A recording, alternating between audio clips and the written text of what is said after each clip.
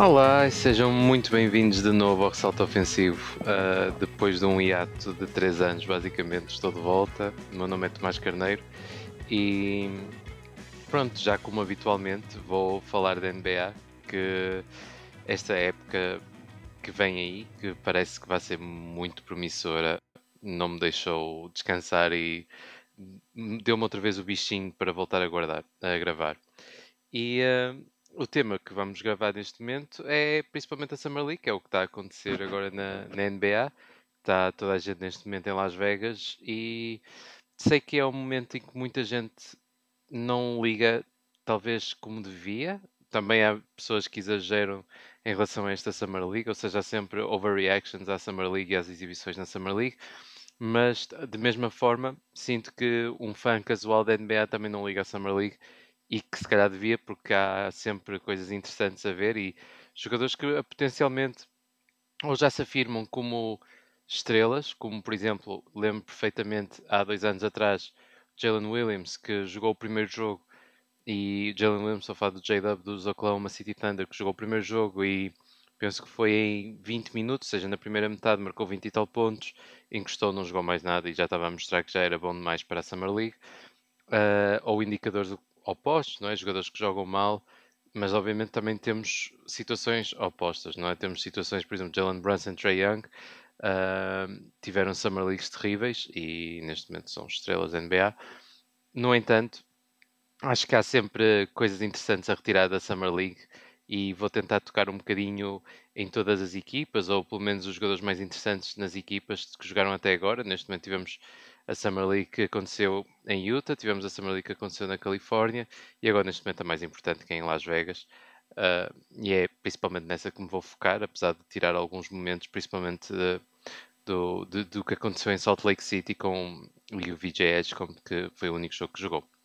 Mas pronto, vamos então passar à Summer League e opá, eh, acho que se calhar a primeira equipa com quem de que posso falar e se calhar a mais interessante para muita gente são os Dallas Mavericks, não é? Os Dallas Mavericks que têm Cooper Flag, a pick número 1. Neste momento no momento em que eu gravo, fizeram 2 jogos. E o que é que se pode falar principalmente de Cooper Flag?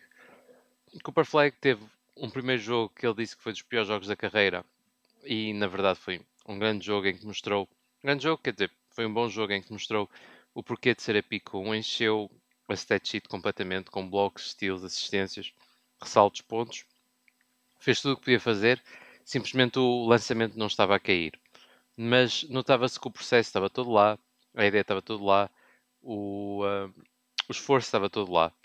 E depois no segundo, isto aqui foi o primeiro jogo em que foi noticiado como um grande jogo contra Bronny James, que tem sempre a sua piada, não é? Que é uma pick de segunda ronda do ano passado contra a pick número 1 deste ano e sendo noticiado como main event. Obviamente todos sabemos o porquê disto, não é? De Bronny James.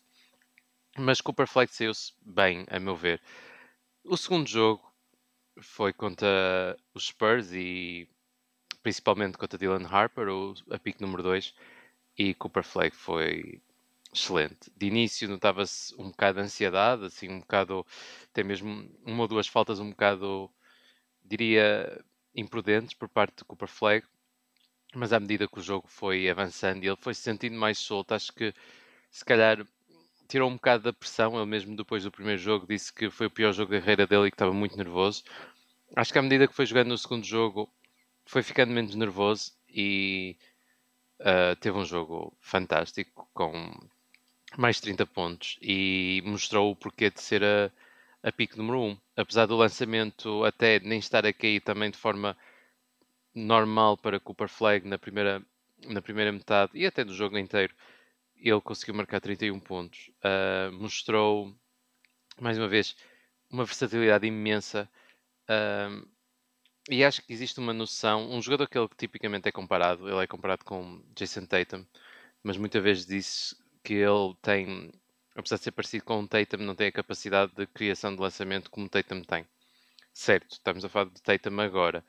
Acho que é um bocado injusto para o Cooper Flag admitir que ele, no momento em que entrou na NBA, não tinha a criação de lançamento que o Tatum tinha na altura. Bem pelo contrário, acho que ele ontem, ou seja, o jogo contra os Spurs, mostrou que conseguia criá-lo, obviamente com algumas dificuldades, mas conseguiu criá-lo e tem muito para avançar ainda. Estamos a falar de a segunda pick 1 mais nova de sempre. Ele ainda tem 18 anos, ou seja, estamos a falar de um jogador extremamente novo, muito promissor. E eu estou aqui apenas a falar da capacidade de marcar de Cooper Flag. Não estou a pegar em tudo o resto. Por exemplo, defensivamente, ele foi, apesar de mais uma vez, como disse no início, umas faltas um bocado infantis, ele foi excelente defensivamente. Ele foi fantástico. Ele mostrou a versatilidade também que tem do lado defensivo, ser alguém que pode ajudar do lado mais fraco da defesa. E tenho muitas dúvidas que ele vai ser um flop. Muitas dúvidas, bem pelo contrário. Cooper Flag, por muita gente, e eu também concordo, acho que é dos maiores talentos que surgiu na NBA nos últimos 30 anos, pelo menos a vida do college. Diria que, sei lá, depois de LeBron, Victor Wembanyama, estamos a falar de um jogador que está mais ou menos depois no calibre a seguir, ou seja, do hype que existia de Anthony Davis, de Zion Williamson, e acho que Cooper Flag está nesse universo. Obviamente que mencionar Anthony Davis e Zion Williamson neste momento, Anthony Davis tem uma carreira excelente, mas parece um bocado underwhelming quando estou a dizer que é dos maiores talentos que surgiu. Mas não esquecer da percepção que havia quando estes foram escolhidos na pick 1. Duvido muito que ele jogue mais, acho que já arrumou, já mostrou tudo o que valia e não vale a pena jogar mais, na minha opinião. Pegando apenas aqui só mais um bocadinho dos Dallas Mavericks, já agora, um jogador extremamente interessante, Ryan Nembhard, irmão de Andrew Nembhard, e acho que ele vai estar na NBA e acho que vai ser um jogador a sério na NBA, nem que seja pelo menos um base para vir do banco para equipas que querem ter um título. Ele mostrou algo que já se sabia que ele tinha, que é a capacidade de a visão de jogo. A visão de jogo foi excelente por parte de Ryan Nembhard e mesmo o esforço defensivamente mostrou. Acho que tem tudo para vingar mesmo nos Mavericks, ainda por cima com a lesão de Kyrie Irving. E diria que são os dois jogadores a seguir, se calhar, nos Dallas Mavericks. Pronto, fechando aqui o catálogo dos Mavericks, podemos passar então para a pick 2, e que jogou no último jogo, depois de ter gravado contra os Dallas Mavericks, San Antonio Spurs.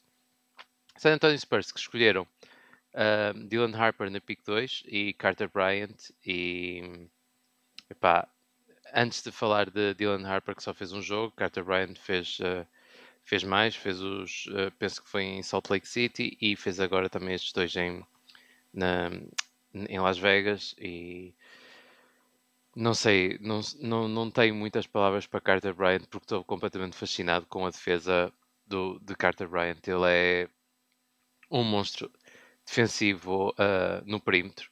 Das poucas vezes em que eu acho que consigo dizer que um jogador que vem do draft consegue logo ajudar a defesa de uma equipa, porque normalmente os rookies muito dificilmente ajudam a defesa de uma equipa. Victor Wembanyama é um caso obviamente excepcional, mas muito dificilmente um rookie consegue ajudar defensivamente uma equipa de forma realmente visível.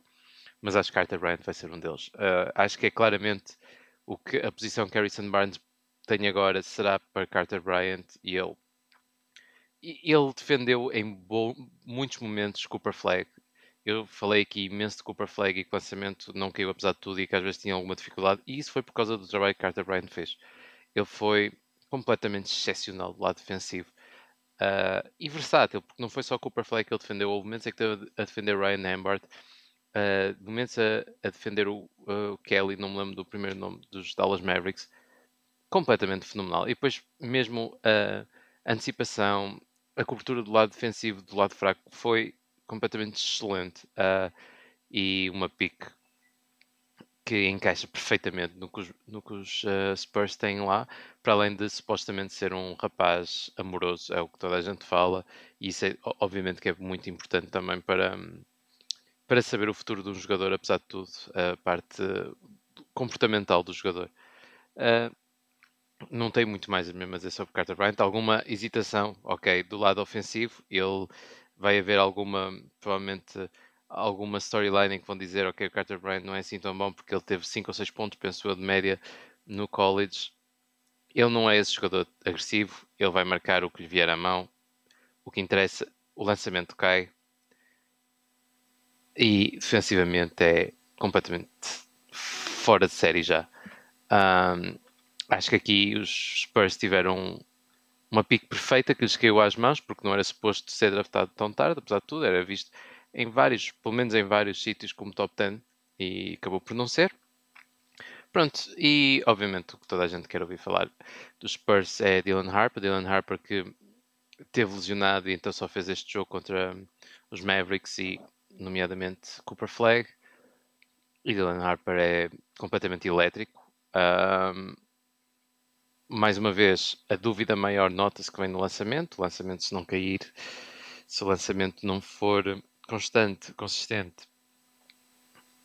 obviamente que temos um teto no Dylan Harper, mas estamos a falar de um base poderoso já. Obviamente, mais uma vez também, que ele consegue impor esta fisicalidade neste momento. Também está a jogar contra jogadores mais novos. Na NBA não vai ser tão fácil. Vamos falar de um base de 1,98 m. Só isso é assinalável. Com uma visão de passe tremenda. Tremenda. Com alguma visão de passe. Também não vou dizer tremenda, não é? Mas com muito boa visão de passe. Um jogo apenas. Encaixa perfeitamente também no que os Spurs querem. Isto falando depois mais tarde, eu estou a pensar gravar uma preview e aí se calhar mais a fundo falo do encaixe com Stephon Castle e De'Aaron Fox, que eu acho que os três pode ser possível, mas um bocado mais difícil. Agora com um ou outro facilmente encaixa, ainda por cima com o tamanho que ele tem. Mas Dylan Harper foi fenomenal. E eu acho que a maior surpresa que tive ontem de Dylan Harper foi do lado defensivo. Ele podia muito bem não querer saber tanto do lado defensivo. Estamos a falar de um jogo de Summer League. Mas não, ele foi um demónio do lado defensivo também. Ele teve um bloco que ainda agora ao Ryan Nembhard, que eu ainda hoje estou completamente fascinado. Foi um jogo muito bom de Dylan Harper. Acabou com 16 pontos, 6 ressaltos, 2 assistências, penso eu. E eu acho que o Cooper Flag não joga mais nenhum jogo. Dylan Harper potencialmente joga mais um jogo. Não vejo necessidade para jogar mais. Se ele estiver lesionado, duvido muito que jogue mais. E agora só fechando o capítulo dos Spurs, se quiserem ver alguém que parece que pode ter algum futuro na NBA é David Jones Garcia, o dominicano de 23 anos, que tem uma capacidade para marcar notável e tem sido extremamente eficiente e tem sido a opção principal do lado dos Spurs nesta Summer League para marcar e tem feito um bom trabalho e pronto, se calhar pode ter um futuro até mesmo nesta equipa dos San Antonio Spurs. Quem sabe? Não consigo afirmar. Pronto, vamos passar então à pick 3 e na pick 3 estamos a falar então de VJ Edgecomb. VJ Edgecomb que fez apenas um jogo, lesionou-se a seguir, mas VJ Edgecomb foi também muito, muito bom. Ele tem uma capacidade explosiva. Ele é um atleta que vai chegar à NBA pelo menos percentil 95 de atleta. Não consigo dizer 99, 99 estamos a falar coisas como Amen Thompson, Ja Morant. Eu não sei se está mesmo aí, mas está bem, está lá perto. Mas VJ Edgecomb foi excelente.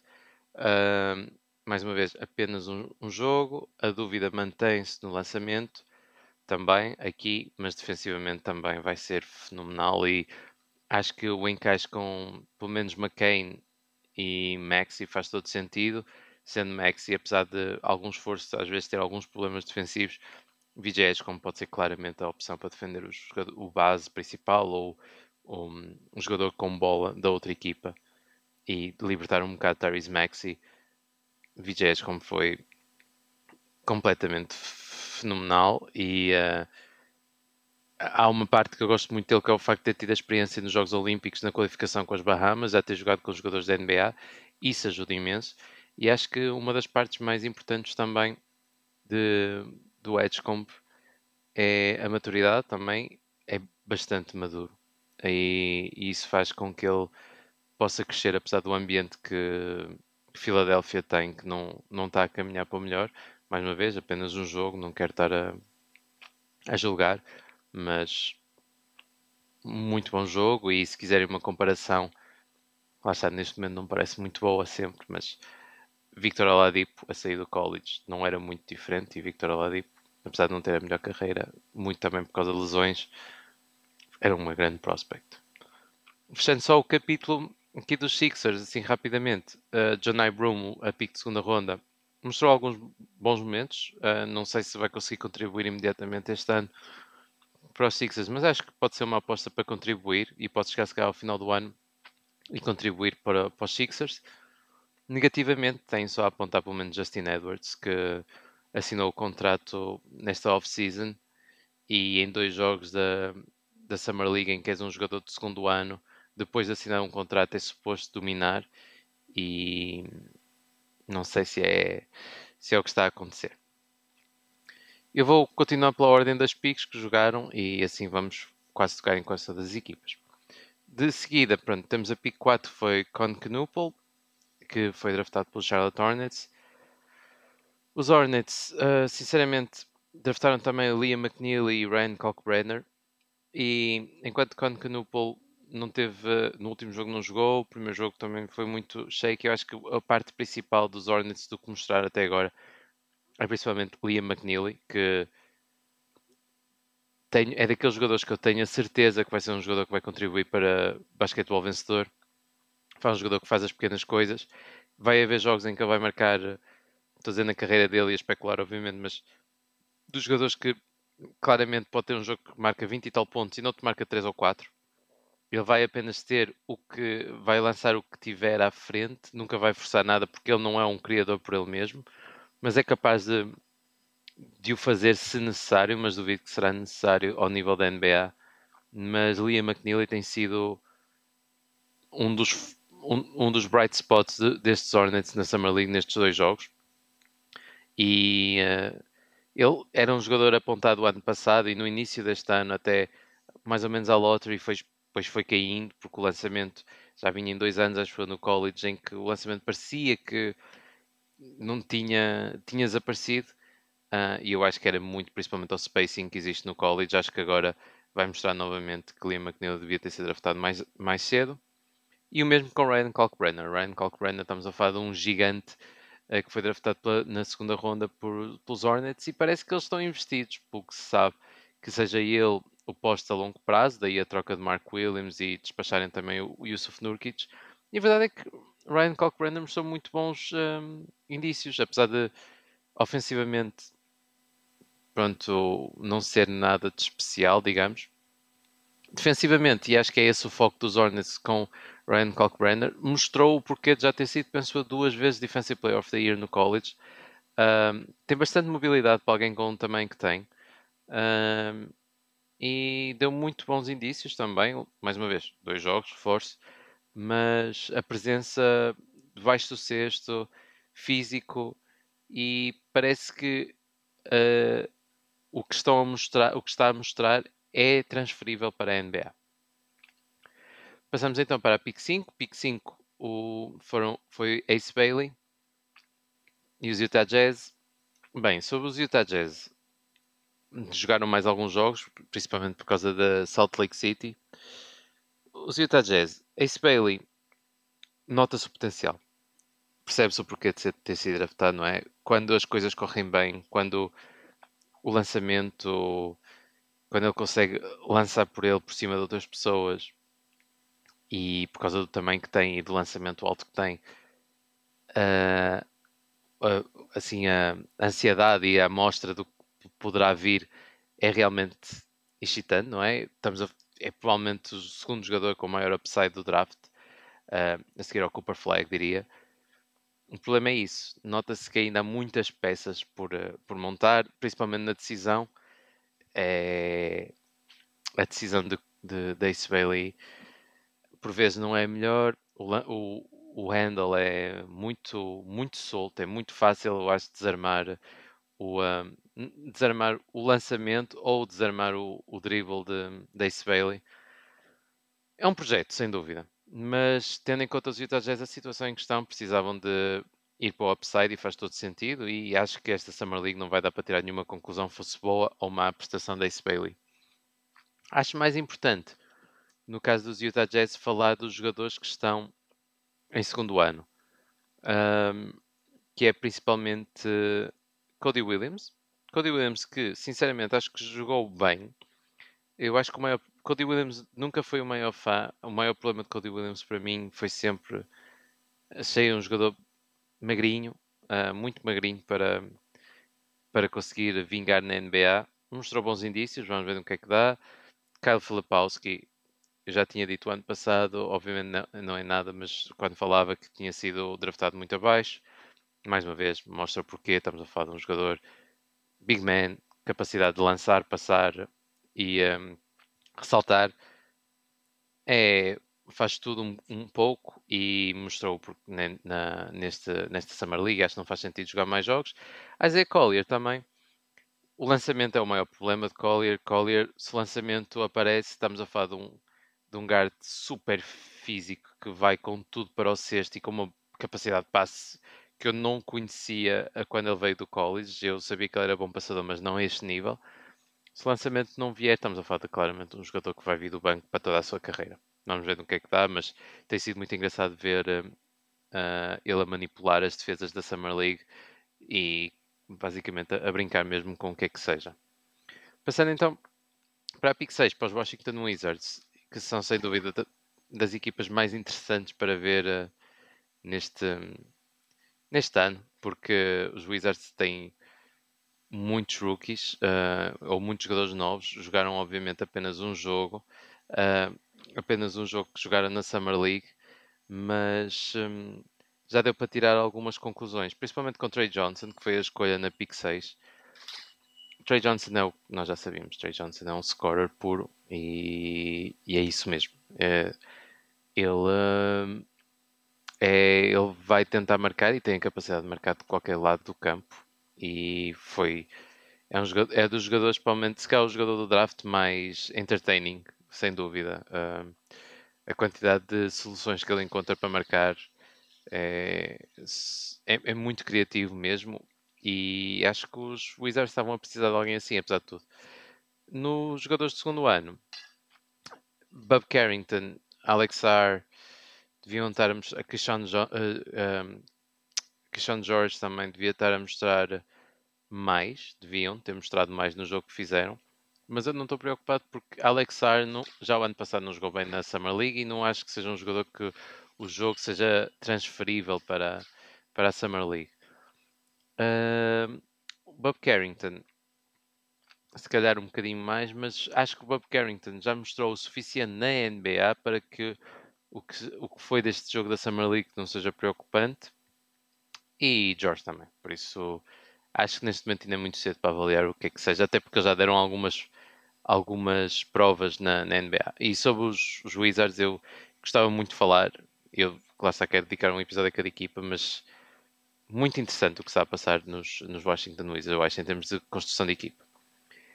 Passando então agora para os New Orleans Pelicans, que obviamente que o interesse está todo em Jeremiah Fears e a que foi escolhido na pick 7 e Derrick Queen na pick 13. Epá, Fears tem o handle dele eu acho que é comparável com o de Kyrie Irving quando ele veio do college. Acho que se calhar é o jogador com melhores handles desde Kyrie Irving, a vir do draft, mas esse é o problema. Depois disso tem o quê? Ele realmente ele é muito novo, por isso tem muito tempo a evoluir, só que ele é muito pequenino, não é assim tão pequeno, mas é pequeno para a NBA. O lançamento não é seguro, não é consistente, é muito difícil vingar da NBA só com handles. Nós vamos ver, é a Summer League, mas é essa a minha dúvida e ele na Summer League não mostrou o oposto. Derrick Queen é mais ou menos o que eu estava à espera e Estamos a falar de... Eu acho que é mais, em vez de estar aqui a falar do que ele é melhor comparar-se cá com um jogador que temos neste momento na NBA. Imaginem o Şengün na rookie season um bocadinho pior. Um bocadinho não, pior, não é? Porque Şengün tinha sido MVP da Liga Turca. Mas a ideia é mais ou menos essa.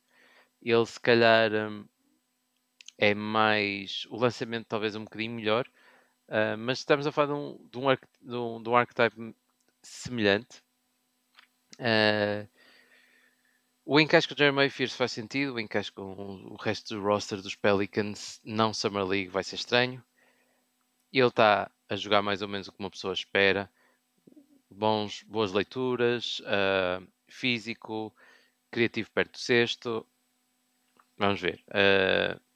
Neste momento não consigo dizer muito mais. O jogo foi muito pouco do jogo para conseguir avaliar, na minha opinião. Só falando aqui de mais um nome dos Pelicans, Lester Quinones, acho que foi dos poucos bright spots dos jogos também dos Pelicans e acho que pode também ter lugar no roster dos Pelicans para o ano, que ainda por cima na situação em que está não consigo perceber o que é que vai estar lá em New Orleans, mas acho que Lester Quinones pode ser interessante para ter um lugar lá. Temos agora a pick 8 também. São os Brooklyn Nets que draftaram realmente 5 jogadores na primeira pick, na primeira ronda. Os 5 jogadores foram Igor Demin, Nolan Traoré,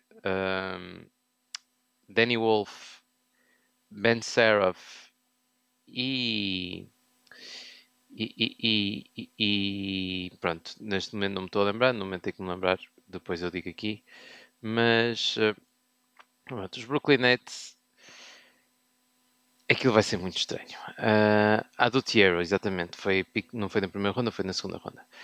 Mas vai ser muito estranho porque eles escolheram 4 jogadores que são eficientes com a bola nas mãos. Igor Demin, nota-se que é um jogador que tem uma capacidade de passe fora de normal para a altura que tem, mas eu tenho muitas dúvidas que vai vingar na NBA se o lançamento não aparecer mesmo, porque está muito dependente disso. Por isso. Mas não vou falar dele, eu acho que vou falar do que foi os pontos positivos do jogo dos Nets, que foi principalmente Nolan Traoré, que eu acho que não esquecer que Traoré no início do ano passado, ou se calhar no início da época passada, era visto como o potencial pick 5, top 5. Depois ele teve um início muito mau aqui em França e depois terminou nos playoffs em França já bastante melhor. E mais uma vez acho que foram os americanos a desvalorizar o que é a Liga Francesa e as ligas europeias. Nolan Traoré jogou um ano com 18 anos contra jogadores como Mike James, como Montarriunas, como John Brown III no Mónaco, TJ Shorts. Ele jogou contra jogadores a sério. E no jogo que fez na Summer League mostrou e pareceu-me estar um nível acima dos restantes. Tem um primeiro passo explosivo. É um jogador super explosivo, com uma capacidade de passe tremenda. Mais uma vez, também dependente do lançamento. Mas acho que de todos os jogadores que eles escolheram é o melhor. E vai ser visto como uma steal.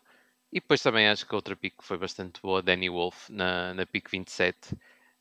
É aquele tipo de forwards, quase como Kelly Olynyk, não querendo...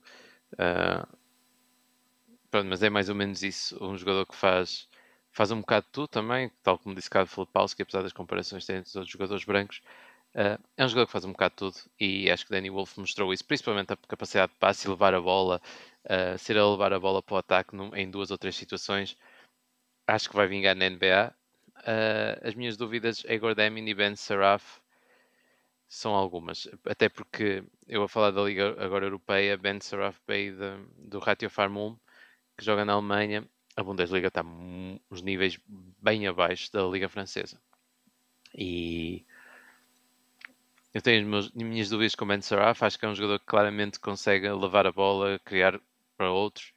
Não sei até que ponto consegue marcar na NBA. Vamos ver. De seguida, então, temos os Toronto Raptors e que escolheram Colin Murray-Walls, que não teve a oportunidade de jogar até agora. E sobre os Raptors, eu, sendo fã dos Raptors, a única coisa que tenho a dizer são os jogadores de segundo ano, como Jamal Shead, Jonathan Mogul, que foram, e Jamison Battle, que foram incríveis, principalmente Jamal Shead, Mogul, mesmo o Chomchi, defensivamente principalmente, estamos a falar de um jogo de 40 minutos, os Raptors causaram 33 turnovers nos Bulls, estamos quase a falar de basicamente mais de 0.8 turnovers por minuto, é completamente ridículo. E defensivamente foi uma amostra incrível, e mesmo que sem Khalid Murray Balls não ter jogado, Elijah Martin, a escolha de segunda ronda, deu muito bons indícios também. Mas acho que é importante pelo menos ver que os jogadores de segundo ano, principalmente Mogul e Shed, Shed que está muito dependente mais uma vez também do lançamento, Mogul se calhar, estamos a falar daquele tipo de forwards que faz um bocado de tudo. Não sei no que é que se consegue passar de um jogador de banco, expectavelmente sim, mas pelo menos deram bons indícios em que dominaram o jogo da Summer League, que é isso que mais uma vez se pede para jogadores de segundo ano. Na pick 10, e fechamos assim o top 10, temos os Phoenix Suns, que escolheram Kaman Malwatch.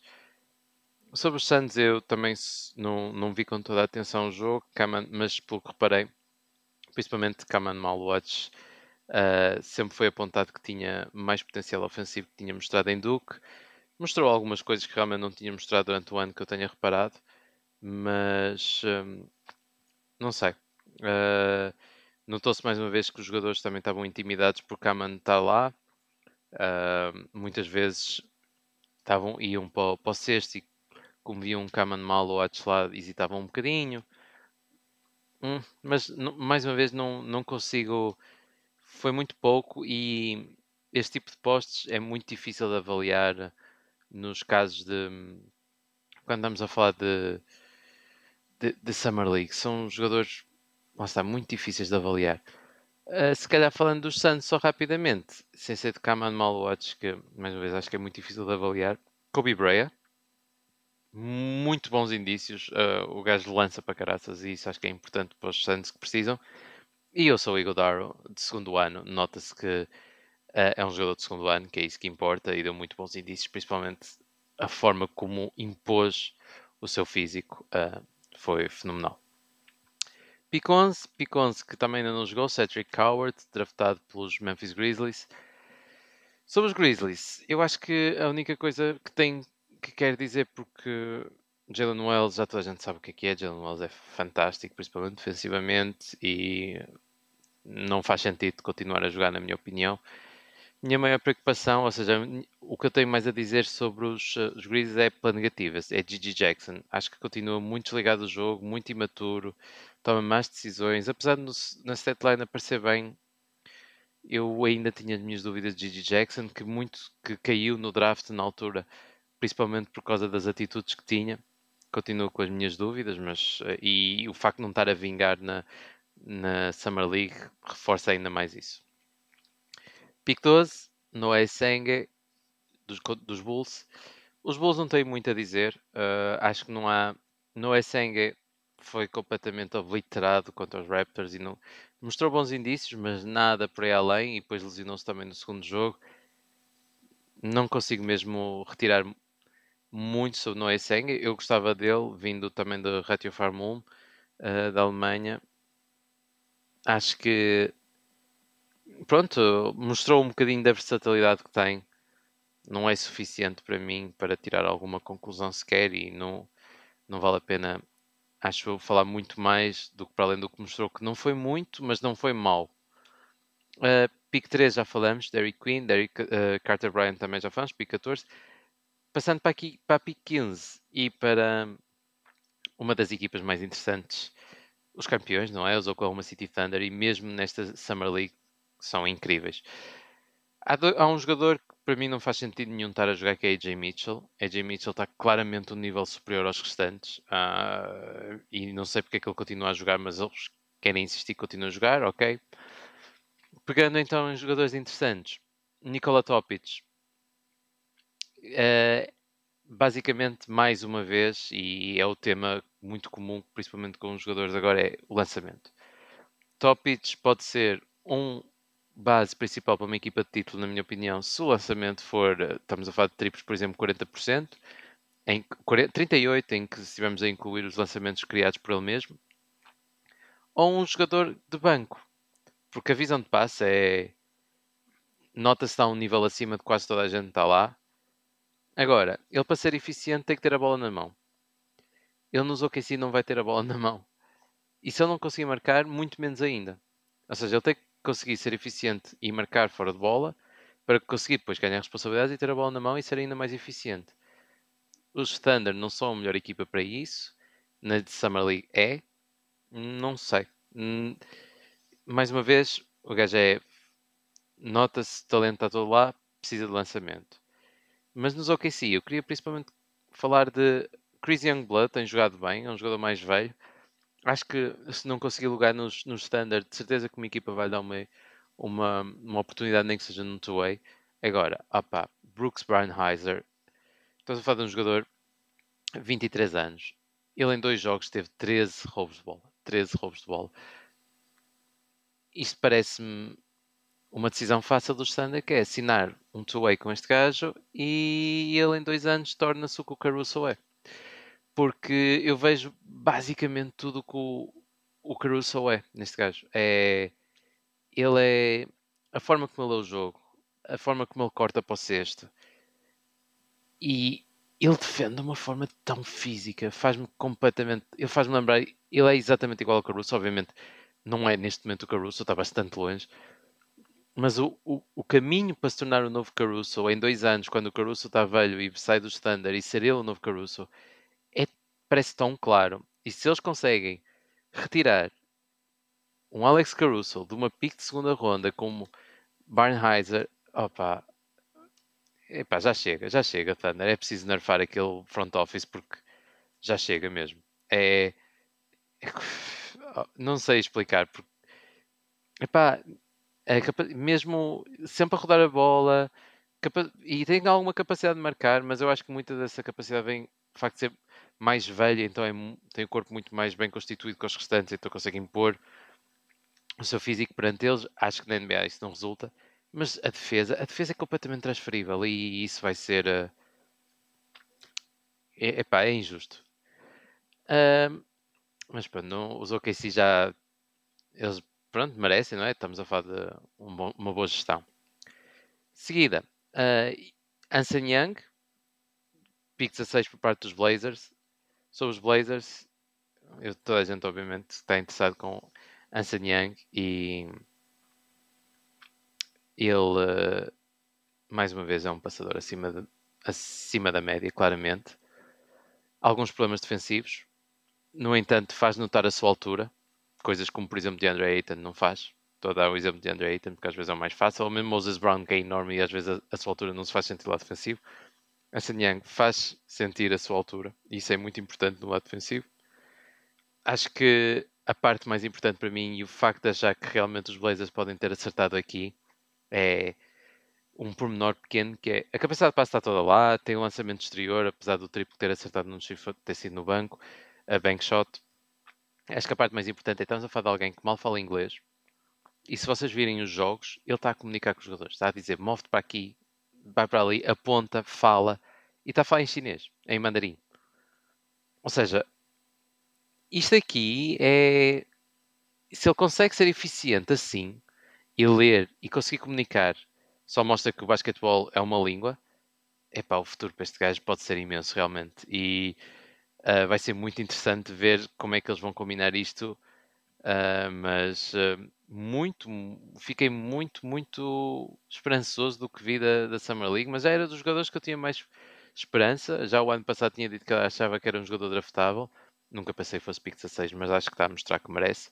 E se calhar só notar que o Ryan Rupert também jogou muito bem nestes últimos 2 jogos dos Blazers e isso é um bom indício que eles precisam de wings como o Rupert e acho que se calhar este ano ele pode ter mais alguns minutos.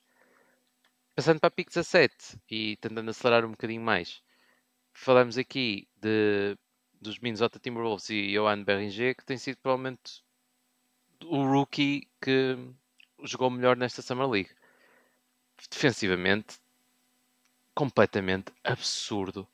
Ele, o maior problema de Berringer foi muitas vezes ser muito, não é explosivo, mas instintivo. Saltava à primeira vez, saltava muito, não pensava muito. Agora pareceu muito mais contido. Simplesmente bloqueou. A maioria dos lançamentos era eficiente, fazia sentir a altura dele completamente. E não deu qualquer hipótese a qualquer jogador que se aproximava, ao ponto que na segunda metade os jogadores, se o Berringer estivesse lá, já começavam a hesitar e não o conheciam antes. Por exemplo, Kaman Maluach era por causa do tamanho que tinha, era logo intimidante. Berringer notava-se que foi a partir do jogo, eles ficaram intimidados a partir do jogo, e isso é incrível. Isso é um sinal incrível e o Johan Berringer foi muito, muito, muito bom. E outra coisa que eu achei interessante foi a visão de jogo que ele tinha do lado ofensivo. Ou seja, estamos a falar de um build semelhante ao Gobert, isso não é por causa de ser francês, mas tem algumas parecenças, mas ofensivamente não é seco como é o Gobert, bem pelo contrário. Nota-se pelo menos alguma visão de jogo e algum toque. Pegando só rapidamente também no resto dos Timberwolves, Rob Dillingham está a brincar na Summer League. Acho que nota-se que está mais que pronto para ter alguns minutos na NBA e acho que vai tê-lo, ainda por cima com mais um ano em cima de Mike Conley. E Jalen Clark, que já tinha mostrado o ano passado que defensivamente era dos melhores jogadores para se ver defensivamente, este ano também nos Wolves. Coitados das equipas que os Wolves jogam, porque Jalen Clark está a fazer uma vida miserável a quem que apareça e claramente é um jogador que também vai contribuir imenso nestes Minnesota Timberwolves no futuro. Pronto, Walter Clayton Jr. também bons indícios nos Wizards, não cheguei a falar muito, mas score e é o que eles precisam. Depois, pick 19 já falamos, Noah Traoré. Pick 20, Casper Jakučionas. Jakučionas, depois de uma Summer League miserável, inicialmente penso também foi em Salt Lake, teve um jogo incrível em Las Vegas e o gajo é muito bom. Caiu nas mãos do Zit quando podia ser uma pick 10, um top 10 pick à vontade. Claramente para a posição que eles precisam, não tem nenhum jogador que seja organizador de jogo, mas que também possa jogar off-ball com Tyler Hero. O maior problema vai ser defensivamente e continua-se a notar, mesmo nesta Summer League, mas potencial está lá e para o futuro também está lá. Depois, se calhar, só pegando em mais alguns nomes interessantes que jogaram até agora nesta Summer League, algumas equipas que ainda posso não ter pegado, principalmente os Celtics.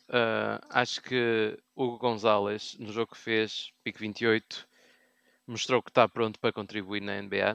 Não acho que vai ser um jogador que vai ser alguma vez uma estrela, mas é claramente um jogador que tem tudo para contribuir para uma equipa de título e ser um starter numa equipa de título. E achei muito estranho ter caído para uma pick tão baixa. Mais uma vez, acho que é por ser europeu. Não esquecer que estava jogando a segunda melhor liga do mundo e não tinha minutos porque o Real Madrid não tem interesse em desenvolver um jogador que sabe vai para a NBA. E se ele não é bom o suficiente para jogar agora, não há necessidade para jogar. Depois, talvez pegando só em mais umas equipas, Ron Holland é daqueles típicos jogadores que está a mais na Summer League. Dominou completamente o jogo que jogou. 28 pontos, 11 ressaltos, 3 steals, 1 bloco. Mas já toda a gente sabe o que é que Ron Holland tem nos Pistons e lá está claramente a mais. Falando também agora dos Hawks, Kobe Bufkin, que não teve muitas oportunidades o ano passado, muito por causa de lesão. Pode ser que tenha oportunidade este ano, então, atrás de Trae Young, ser o organizador da segunda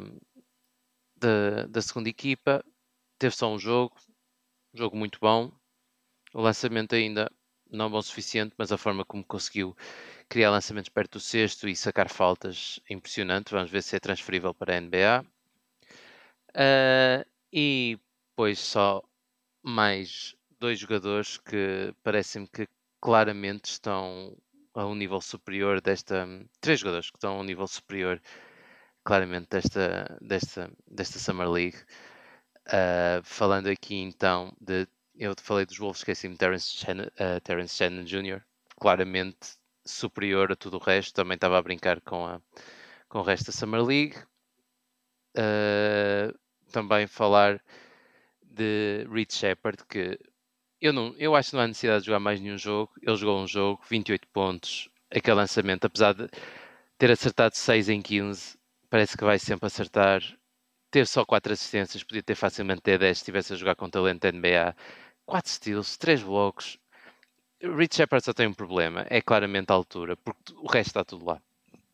E é um jogador baixo, vai ser sempre um dos jogadores a ser procurados pelas outras equipas no lado ofensivo, ou seja, defensivamente vai ser sempre o jogador mais frágil normalmente por causa da altura, mas os instintos defensivos estão lá, ele simplesmente é mais baixo, mas bom demais para a Summer League e acho que não há necessidade também de jogar mais, acho que o jogo que ele fez mostrou claramente isso. Outro jogador que apesar do primeiro jogo ter sido mau, o segundo jogo mostrou claramente também está um nível acima do resto da Summer League. Devin Carter dos Sacramento Kings foi completamente incrível.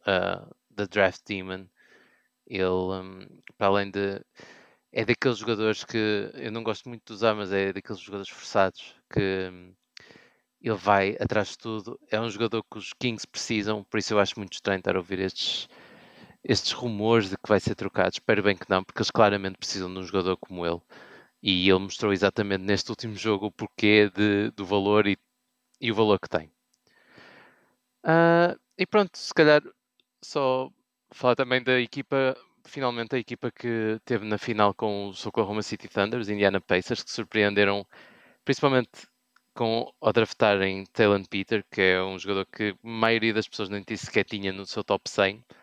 E a verdade é que o Taylor Peter jogou bastante bem, é um puro scorer, aquela equipa é só shooters, Johnny Furphy, Taylor Peter, que epá, não conhecia, e do que vi até agora, se calhar é um jogador que até pode dar uns toques na NBA, pode chegar à NBA e contribuir, nem que seja um scorer durante 10, 15 minutos. Ele nota-se que é I'll do my thing and that's it. Muito, não sei se lembravam do Jody Mix, mas relativamente semelhante a Jody Mix.